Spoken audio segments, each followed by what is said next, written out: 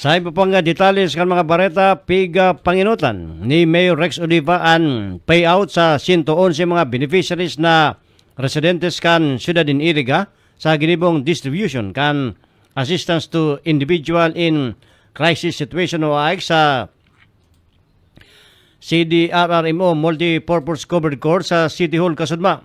Ini ang parte naman kan piga tutulod na programa kan Arriba Administration na maayudahan ang mga pamilyang nagsasapuning kadipisilan sa buhay. Narasibing ayuda pinansyal kan sabi ng mga beneficiaries an magagamit nitang panghipno sendang pangroal daw na pagbuhay-buhay.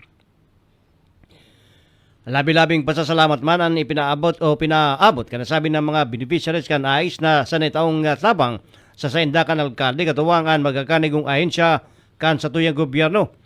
Pigya siguro man ni Oliva na magpapadagos ang pagtaon niya nintabang sa sayang mga konstituentes kasabay kan sayang pagtutulod na uda mawatak, uda matagak.